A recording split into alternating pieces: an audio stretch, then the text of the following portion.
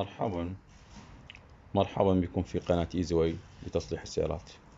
لدينا الآن هذه السيارة الأودي A6 فيها مشكلة في التشغيل، حيث تكون الشاشة دائما سوداء ولا تعمل السيارة بصورة صحيحة. سنقوم نحاول بفحصها بجهاز الكمبيوتر في الأول، ثم نقوم بإصلاح العطل. تابعونا.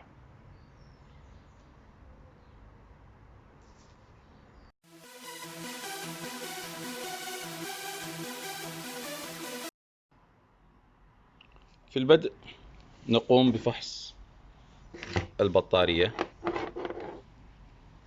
قوة البطارية موجودة في حقيبة السيارة الخلفية، لكن هنا يوجد قطب سالب وقطب موجب.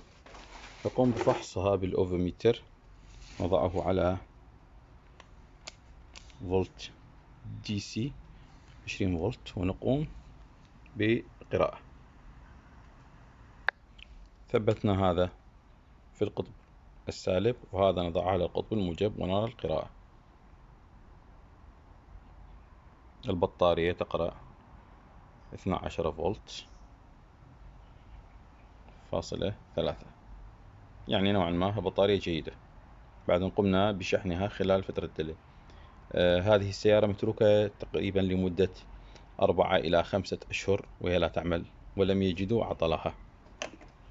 إن شاء الله سوف نقوم بإصلاحها اليوم.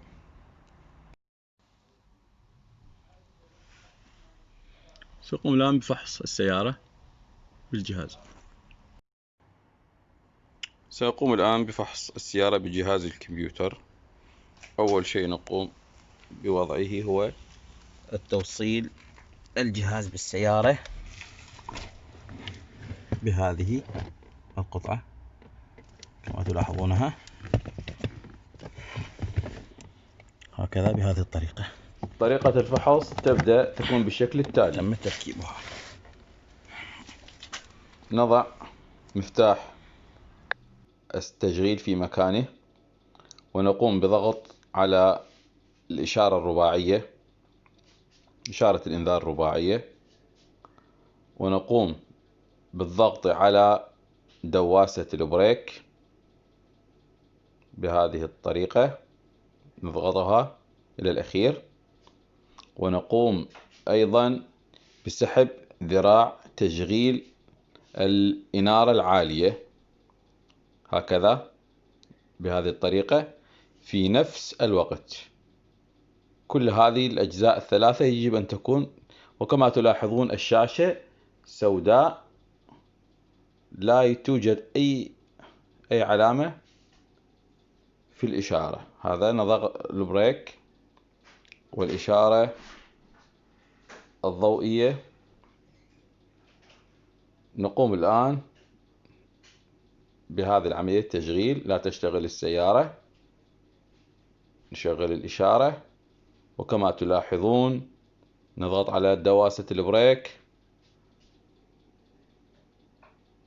ونسحب عتلة الإنارة. تلاحظون الشاشة سوداء لا يوجد فيها أي شيء. كما تلاحظون الشاشة سوداء. نقوم الآن نبدأ بالعملية الفحص بالجهاز. نقوم بتشغيل الجهاز.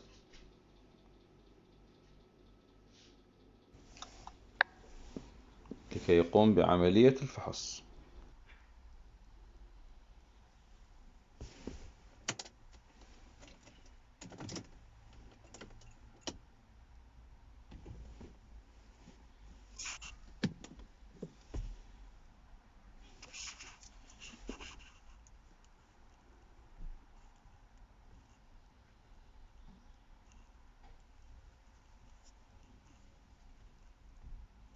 نختار السيارات الأوروبية، نختار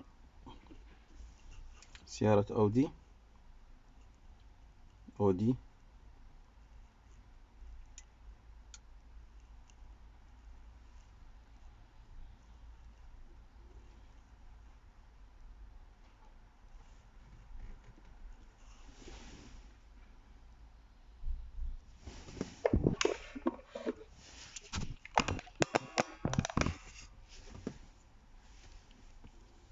نختار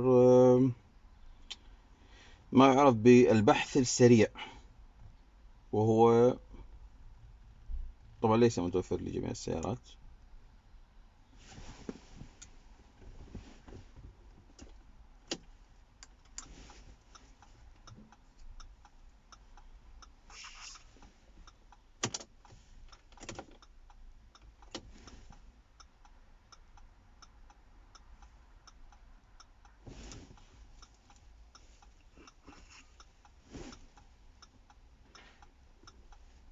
اختار جميع فحص. لا يتوفر إمكانية الفحص السريع.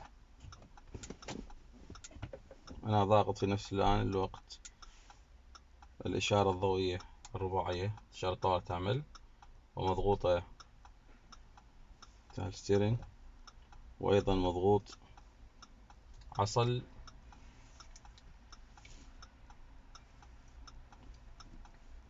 هذه طبعا عملية مزعجة، لكن هذا هو نظام هذه السيارة.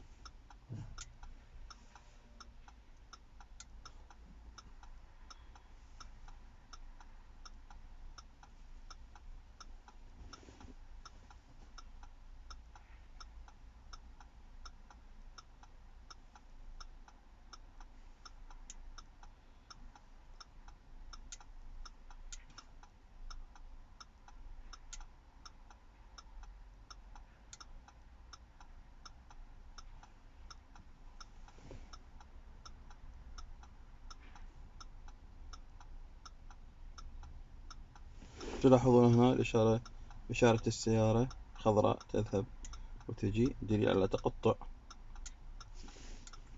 العمل. وكمان راح سأوريكم هنا شيئا،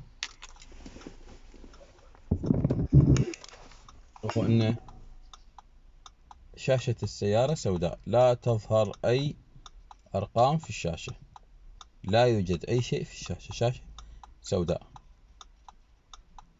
مع العلم أنه أضوية تعمل والمفتاح السيارة في مكانه على الوضع التشغيل ستارت، لكن لا توجد أي علامة أو رقم أو أي شيء في شاشة السيارة.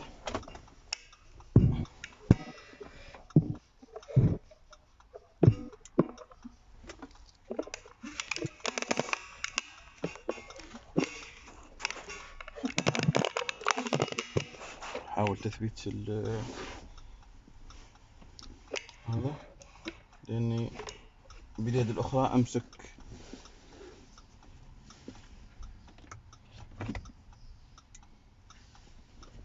بعصا.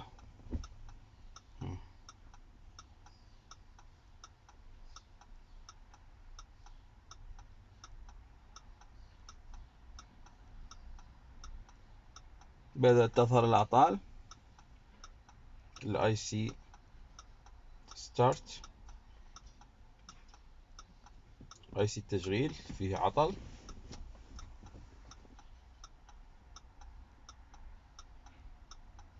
هذا الأعطال الثانية سنلاحظها. سوف أقوم بعد قليل بإطفاء الكاميرا، وذلك اختصارا للوقت، لأن عملية الفحص بالجهاز تستغرق أكثر من نصف ساعة. فاختصارا للوقت سوف أقوم بإطفاء كاميرا التصوير لكي لا نضيع الوقت، حتى لا يصبح طول الفيديو طويل جدا وممل جدا، لأني أضع الكاميرا فقط أمام جهاز الكمبيوتر لفحص الأعطال. وإن كان هو مفيد لبعض الأشخاص أن يروا مرحلة العطلات، اكتشاف العطلات، كيف أن هذا الجهاز يقوم بإيجاد العطل وكتابة نوع العطل. مع ذلك أعتقد أن من الأفضل أن أطفئ الكاميرا اختصارا للوقت.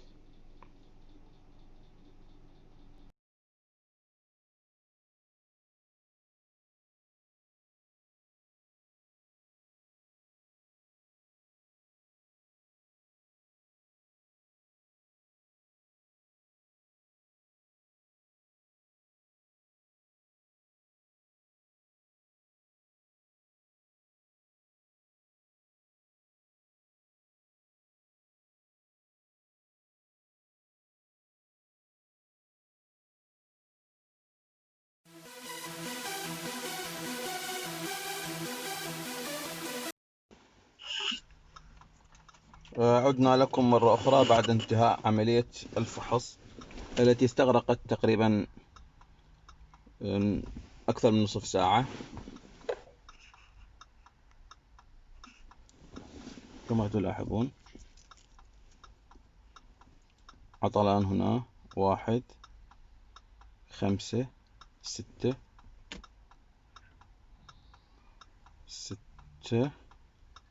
10 أعطال موجودة في السيارة.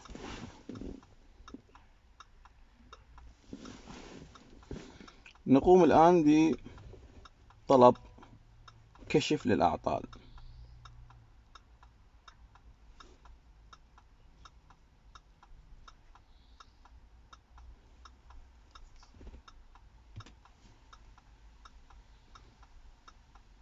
هذه هي الأعطال.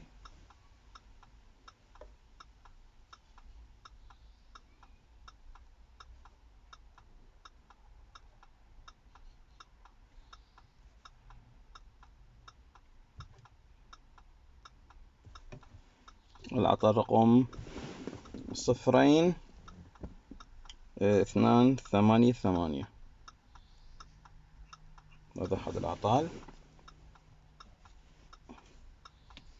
العطل الآخر 0446.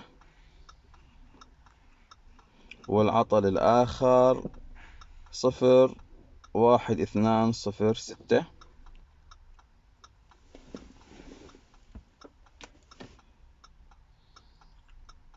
أيضا نفس العطل 0446. وعطل أيضا اللي هو 0886.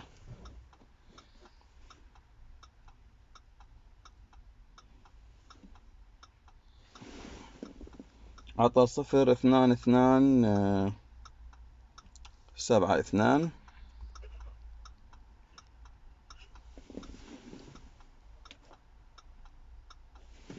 02273.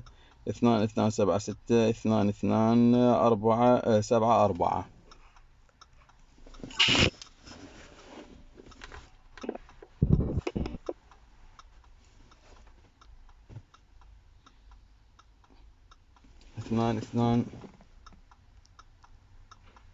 0227. هذه كلها أعطال.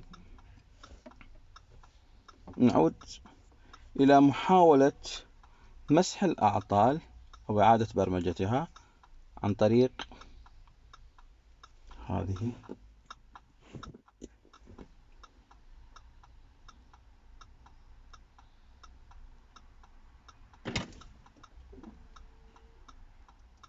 ما شاء الله. انفتح الستيرن، كان الستيرن مغلق، وبدأت تعمل أدوات التبريد. خرج صوت السيارة في البداية. بدأت أجزاء من السيارة تشتغل. اشتغل عندي مصباح الهاند بريك ومصباح الايرباك كيس الهواء.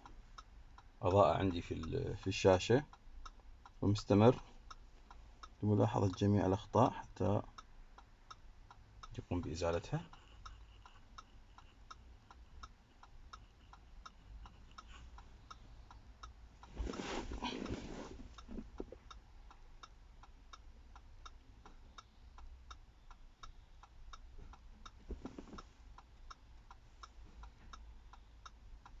أعتقد أن هناك ضعف في البطارية أصبح.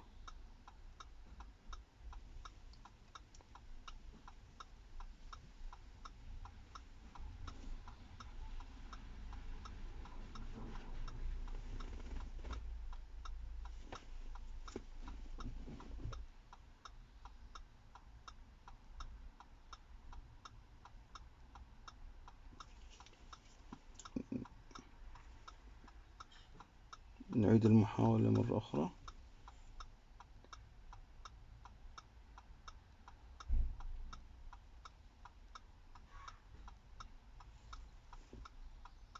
سوف أقوم بفصل الجهاز.